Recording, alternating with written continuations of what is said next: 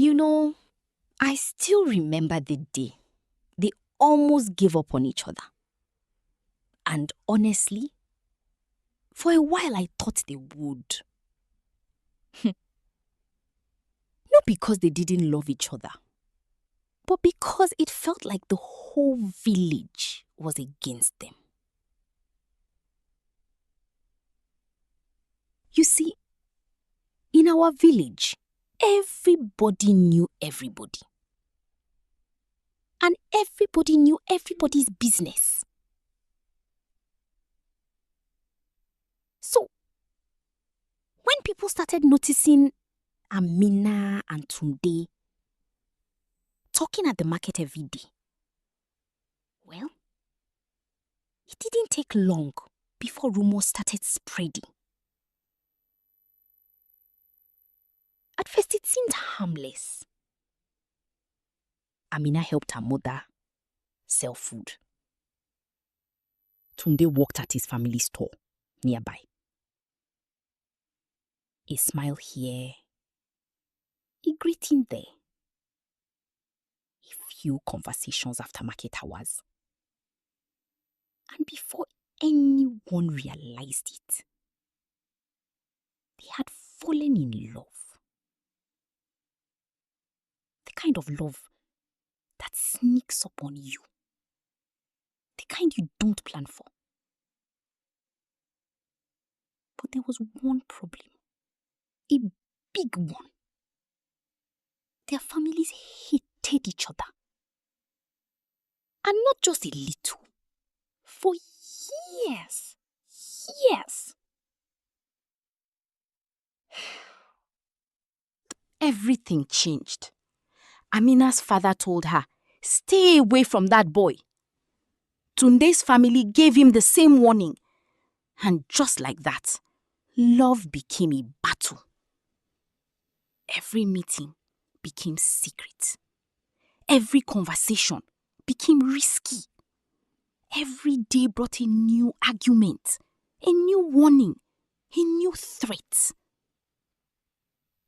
I remember seeing Tunde after one village meeting. He was sitting alone behind the community hall, head down, silent, broken. The elders had spent hours criticizing him, telling him to leave Amina, telling him he was disrespecting his family. I've never forgotten that look on his face. A few days later, I saw Amina standing by the village well, tears rolling down her cheeks. Her family had already started searching for another husband for her. Imagine loving someone and being told you could never be with them. Most people thought that was the end. Honestly, I did too. But Amina and Tunde surprised all of us. Because instead of fighting everybody, they chose something harder. Patience. They didn't insult anyone. They didn't run away. They didn't create drama. They simply kept being good people. Day after day. Week after week. Month after month. And then, something happened. Heavy rains hit the village. The farms were destroyed. Crops were ruined. Families lost their income. People were struggling. Really struggling. It was one of the hardest seasons our village had seen in years. But during that time, Amina and Tunde showed us who they really were. They carried food to families in need. They repaired damaged fences. They checked on elderly villagers. They worked from morning until night. And do you know something? They even helped people who had spoken against them. People noticed. How could they not? Little by little, hearts started changing. The same villagers who once criticized them began to respect them. The elders started talking. The parents started listening. Old stories came out. Old misunderstandings were finally discussed. And for the first time in years, both families sat together. I still remember that day. Nobody knew what would happen. The tension was everywhere. Then came the moment we had all been waiting for. Under a large tree in the center of the village, both families gathered. Tunde stood up, took a deep breath, and respectfully asked for permission to marry Amina. The entire place went silent. Nobody moved. Nobody spoke. We all looked at Amina's father, waiting. 1 second, 2 seconds, 3. It felt like forever.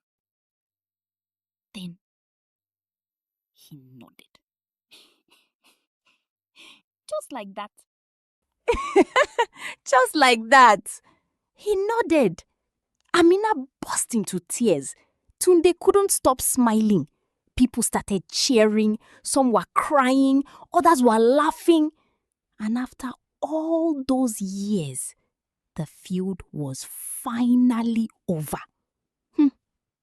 Love had won. Not because they fought harder, but because they stayed kind when it would have been easier to become bitter. Today, they are married. They have children. Their families celebrate together. And most young people in the village don't even know why the families were enemies in the first place. Funny how that works, isn't it?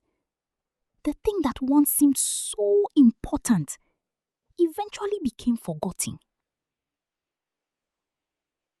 But I'll never forget.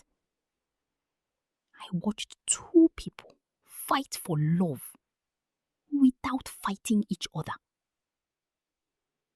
And if their story taught me anything, it's this. Sometimes patience can heal wounds that anger never could.